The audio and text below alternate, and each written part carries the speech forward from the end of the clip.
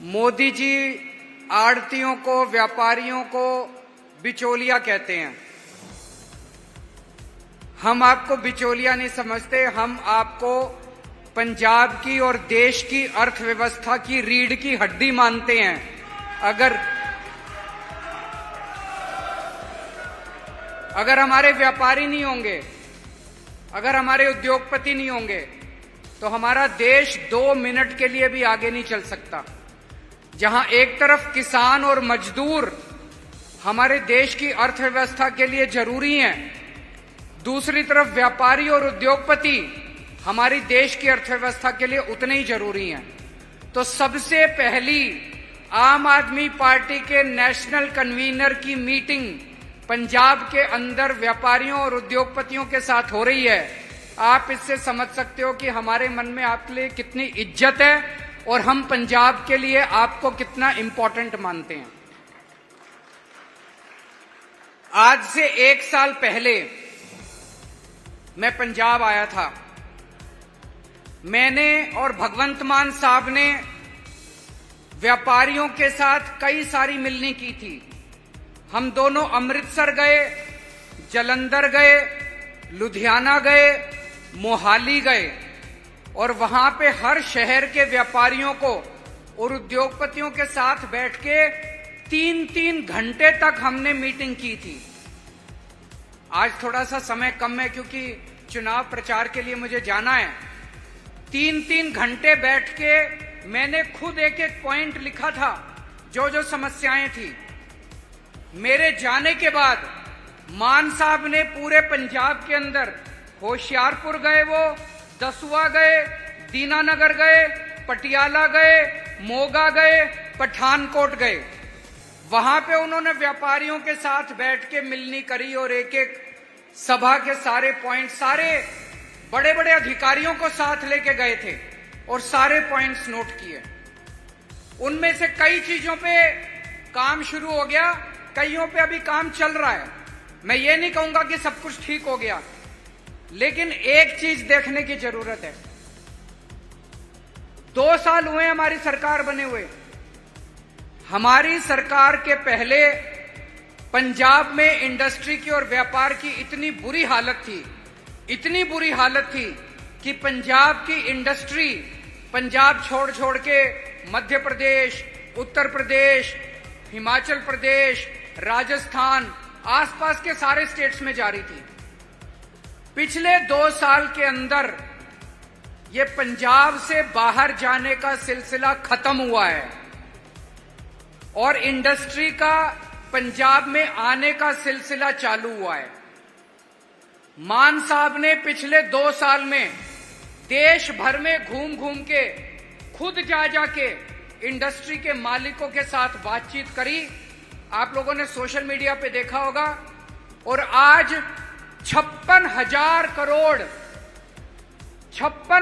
करोड़ रुपए की बड़ी बड़ी इंडस्ट्री बाहर से पंजाब में इन्वेस्टमेंट करना चालू कर दिया। कोई एमओयू साइन नहीं हुए, फर्जी एमओयू नहीं है। उन्होंने जमीन खरीद ली, नारियल फोड़ दिया, फैक्ट्री की कंस्ट्रक्शन चालू हो गई। 56,000 करोड़ का इन्वेस्टमेंट 2 साल के अंदर कोई छोटी चीज नहीं होती। किसी राज्य में इतना नहीं हुआ। वो क्यों हुआ?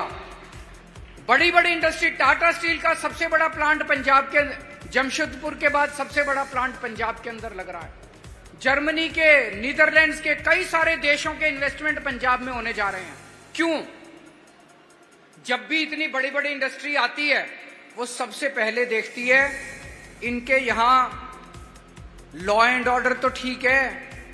हमारी सरकार के पहले कितना खराब था लॉ एंड ऑर्डर, कितना खराब था। आज पंजाब के अंदर अमन शांति है, लॉ एंड ऑर्डर में काफी इंप्रूवमेंट है। मैं ये नहीं कहूंगा सब कुछ 100% ठीक हो गया, और भी काफी कुछ करने की जरूरत है, करेंगे। लेकिन इतनी बड़ी इंडस्ट्री आ रही है तो इसका मतलब काफी इंप्रूवमेंट है। दूसरी तरफ वो इंडस्ट्री आती है, देखती है हमारे जो मसले हैं सरकार से, उसमें कितना टाइम लगता है। अब सबको ये लगने लगा है कि कई सारे सरकारी कामकाज तेजी से होने लगे हैं। सरकार के साथ जो इंडस्ट्री का, व्यापार का लाइसेंस लेने का, परमिशन लेने का, एनओसी लेने के जो काम है वो अब काफी तेजी से होने लगे हैं। और भी कई करने की जरूरत है, लेकिन करेंगे। मेरा ये सारा बताने का 2 साल बहुत कम होते हैं जी। हमारे से पहले 75 साल के अंदर इन्होंने जो इतना गंद मचाया था, जब हमने सरकार संभाली, इंडस्ट्री और व्यापार का इतना बुरा हाल था, इतना बुरा हाल था। इन 2 सालों के अंदर हमने स्थिति को और खराब होने से रोका है और धीरे धीरे धीरे धीरे करके अब स्थिति इंप्रूव होने लगी है। आप लोगों के जितने मसले हैं, अभी कमल किशोर जी ने, शशि जी ने, यहाँ पे भाई साहब बैठे हैं, उन्होंने बिजली के बारे में बात की, इन्होंने संजीव जी ने, संदीप जी ने और कई लोगों ने बातचीत की। मैं सारे पॉइंट नोट कर रहा था। अब दोबारा आएंगे आपके पास फिरोजपुर में 3-4 घंटे आप लोगों के साथ बातचीत करेंगे। आप लोग चिंता मत कीजिए। आप लोगों ने स्टेट के चुनाव में हमें 117 में से 92 सीट देके हमारे हाथ खूब मजबूत किए। उसी का नतीजा है कि स्टेट के अंदर हम कई सारे काम कर पा रहे हैं। स्टेट के अंदर हमने डोमेस्टिक बिजली फ्री कर दी। 83% लोगों की आज बिजली फ्री आ रही है, घर के अंदर आ रही है कि नहीं आ रही है? कोई सोच सकता था? कोई नहीं सोच सकता था। ये भारत के इतिहास के अंदर एक जादू है कि केवल दिल्ली और पंजाब के अंदर लोगों को फ्री बिजली मिल रही है। और 2 साल के अंदर ये कहते थे घाटे में चल रहा है। हमारे भाई उतना ही बजट है, हमने कोई एक्स्ट्रा आपके ऊपर टैक्स तो लगाया नहीं, उल्टे ओटीएस लागू कर करके आपको रियायत दी है। लेकिन हमने बेईमानी बंद कर दी, भ्रष्टाचार बंद कर दिया, उससे पैसा बचने लगा। अब जगह जगह मोहल्ला क्लिनिक खुल रहे हैं। आप में से हो सकता है कुछ लोगों के इलाके में मोहल्ला क्लिनिक खुला, कुछ लोगों के आसपास। मोहल्ला क्लिनिक शानदार है कि नहीं है? मोहल्ला क्लिनिक खुल रहे हैं, कई सारे शानदार स्कूल बन रहे हैं।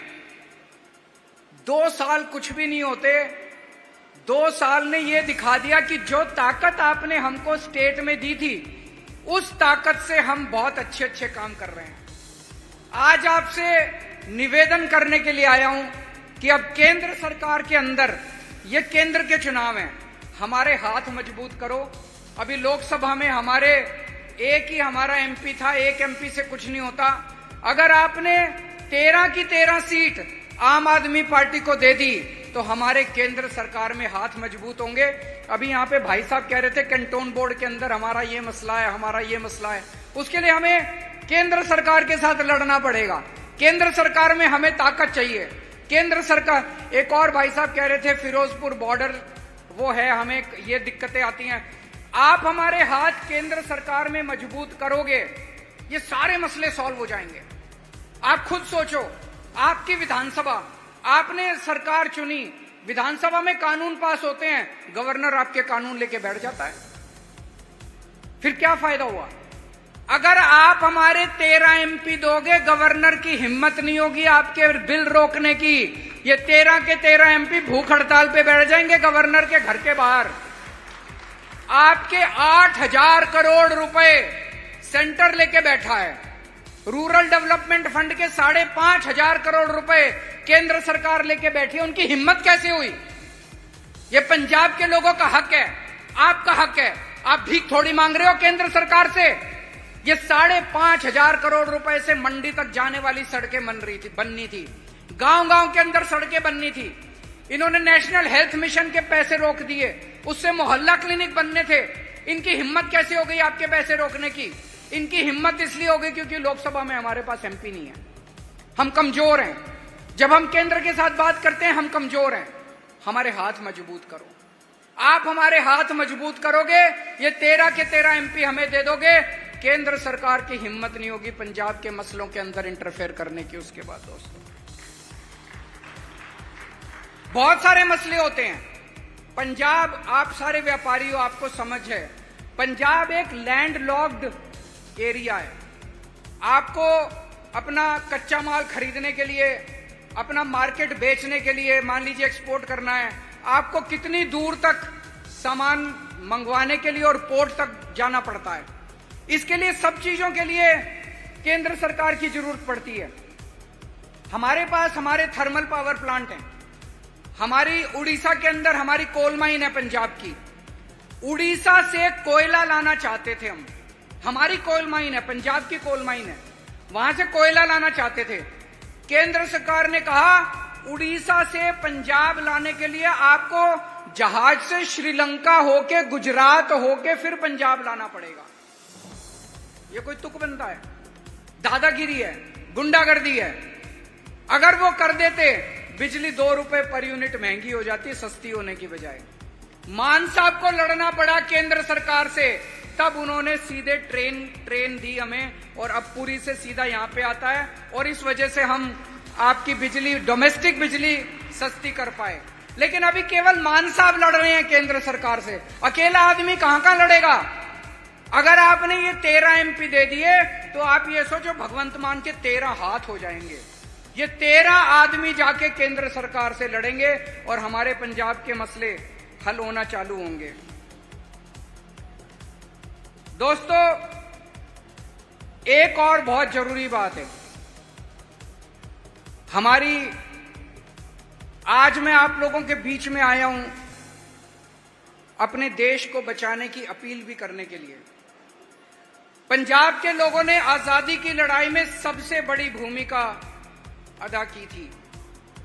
पूरे देश में अगर कोई सबसे बड़ी कुर्बानी आजादी की लड़ाई में मानी जाती है तो शहीद आजम भगत सिंह की कुर्बानी मानी जाती है। पंजाब के लोगों की कुर्बानी पता नहीं कितने पंजाब के लोग देश को आजाद कराने के लिए शहीद हो गए। आज हमारे देश की आजादी खतरे में है, हमारे देश का संविधान खतरे में है, हमारे देश की जनतंत्र खतरे के अंदर है। जिस तरह से आज पूरे देश, मेरे को जिस तरह से गिरफ्तार किया गया, 16 मार्च को चुनाव घोषित हुए, 21 मार्च को इन्होंने मुझे गिरफ्तार कर लिया। मेरी पार्टी के मैं गिरफ्तार हूं, संजय सिंह को गिरफ्तार कर लिया, मनीष सिसोदिया को गिरफ्तार कर लिया, सतिंदर जैन को गिरफ्तार कर लिया, और फिर दिल्ली में आके मोदी जी कहते हैं आओ चुनाव लड़ते हैं। अरे हमारे 4 सबसे बड़े नेताओं को गिरफ्तार कर लिया और कहते हो आओ चुनाव लड़ते हैं, तो चुनाव क्या लड़ोगे फिर? उधर महाराष्ट्र के अंदर मोदी जी ने एनसीपी की पार्टी के 2 टुकड़े कर दिए, उनकी पार्टी छीन ली, उनका सिंबल छीन लिया। शिवसेना के 2 टुकड़े कर दिए, उनकी पार्टी छीन ली, उनका सिंबल छीन लिया।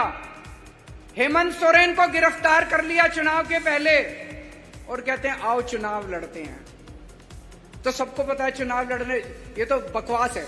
जैसे पाकिस्तान में हुआ, पाकिस्तान के अंदर उन्होंने इमरान खान को गिरफ्तार कर लिया, उनकी पार्टी छीन ली, उनका सिंबल छीन लिया, और उसके बाद चुनाव कराया, जीत गए वो लोग। जबकि इमरान खान अगर बाहर होता तो इमरान खान की पार्टी जीतती, सब लोग जानते हैं। बांग्लादेश के अंदर शेख हसीना ने सारे विपक्षी नेताओं को जेल में डाल दिया और उसके बाद चुनाव कराया, शेख हसीना जीत गई। रशिया के अंदर पुतिन ने सारे विपक्षी नेताओं को या तो जेल में डाल दिया या मरवा दिया, उसके बाद चुनाव कराया, 87% वोट मिल गए पुतिन को। हमारे देश के अंदर भी अब तानाशाही हो रही है। इसी चुनाव के अंदर इतनी पार्टियां तोड़ दी, इतने नेताओं को जेल में डाल दिया। अगर इस वक्त हम लोगों ने मोदी को नहीं हराया, जनतंत्र नहीं बचेगा, संविधान नहीं बचेगा, ये देश नहीं बचेगा दोस्तों। और इसमें पंजाब के लोगों को सबसे आगे बढ़ के भूमिका निभाने की जरूरत है। आज मैं अपने लिए नहीं आया, मैं आप लोगों से देश बचाने की अपील करने के लिए आया हूं दोस्तों। ये क्या है?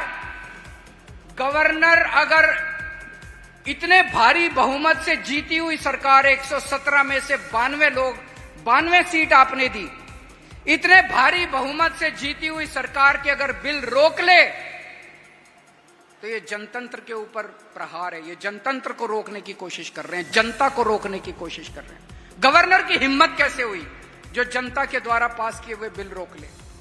अगर केंद्र सरकार आपके 8,500 करोड़ रुपए का फंड रोक ले, ये जनता के ऊपर प्रहार है, जनतंत्र के ऊपर प्रहार है। इसके खिलाफ आप लोगों को आवाज उठानी पड़ेगी। देश तानाशाही की तरफ बढ़ रहा है। हम एक टाइम की रोटी कम खा लेंगे लेकिन तानाशाही नहीं बर्दाश्त कर सकते। गलत तो नहीं कह रहा मैं भाई साहब?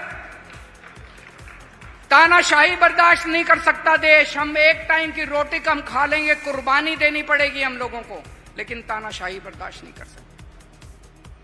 और इनके अहंकार का आलम देखिए। अभी थोड़े दिन पहले पुरी के अंदर, आप सब लोग जानते हैं, पुरी में सबसे बड़ा मंदिर जगन्नाथ मंदिर है कि नहीं है? भगवान जगन्नाथ का मंदिर है। इनके जो राष्ट्रीय स्पोक्स पर्सन है भारतीय जनता पार्टी के संबित पात्रा, जगन्नाथ, भगवान जगन्नाथ, जगन्नाथ मतलब जगत के नाथ, पूरी ब्रह्मांड के नाथ, सृष्टि के नाथ, सृष्टि के भगवान। संबित पात्रा कहता है भगवान जगन्नाथ मोदी जी के भक्त हैं। ये अपने आप को भगवान से भी बड़ा मानने लगा है। ये अब खुल के कह रहे हैं कि भगवान मोदी जी का भक्त है। इनका नारा क्या है? जो राम को लाए हैं हम उनको लाएंगे। हम तो कहते हैं कि इस पृथ्वी के ऊपर भगवान हमको लाए हैं, रामचंद्र जी हमको, ये कह रहे हैं हम भगवान को लाए हैं। इनमें इतना अहंकार हो गया कि भगवान को लाने वाले ये लोग हो गए, इस सृष्टि के ऊपर भगवान को लाने वाले ये लोग हो गए। हम तो यही कहते हैं ना कि भगवान ने हमें पैदा किया पृथ्वी पे, भगवान ने ये पूरी कायनात रची, भगवान ने ये सृष्टि रची। अब ये कह रहे हैं मोदी जी ने ये सृष्टि रची। इस अहंकार का तो जवाब देना पड़ेगा। अब ये आम जनता को कुत्ते बिल्ली समझते हैं, ये आम जनता को कुछ नहीं, इंसान नहीं समझते ये आम जनता को। दोस्तों, ये संविधान बदल देंगे। अगर ये तीसरा टर्म आ गया, ये दोबारा आ गया, ये संविधान बदल देंगे और सबसे पहले आपका रिजर्वेशन खत्म करेंगे। शुरू से आरएसएस और बीजेपी और इनकी सहयोगी संस्थाएं रिजर्वेशन के खिलाफ हैं। ये आपका रिजर्वेशन खत्म करेंगे। आज मैं अपने लिए नहीं आया, इस देश को बचाने की अपील करने के लिए आया हूं और आपसे निवेदन करने के लिए आया हूं कि मान साहब के हाथ मजबूत कीजिए, मान साहब की सरकार के हाथ मजबूत कीजिए, ताकि हम सब लोग मिलके पंजाब की तरक्की कर सकें और देश को बचा सकें। दोस्तों, इतनी गर्मी में मैं देख रहा हूं सब लोग अपना पंखा झल रहे हैं, इतनी देर से आप बैठे हुए हैं हमें सुनने के लिए। आप सब लोगों का बहुत बहुत शुक्रिया। सत श्री अकाल।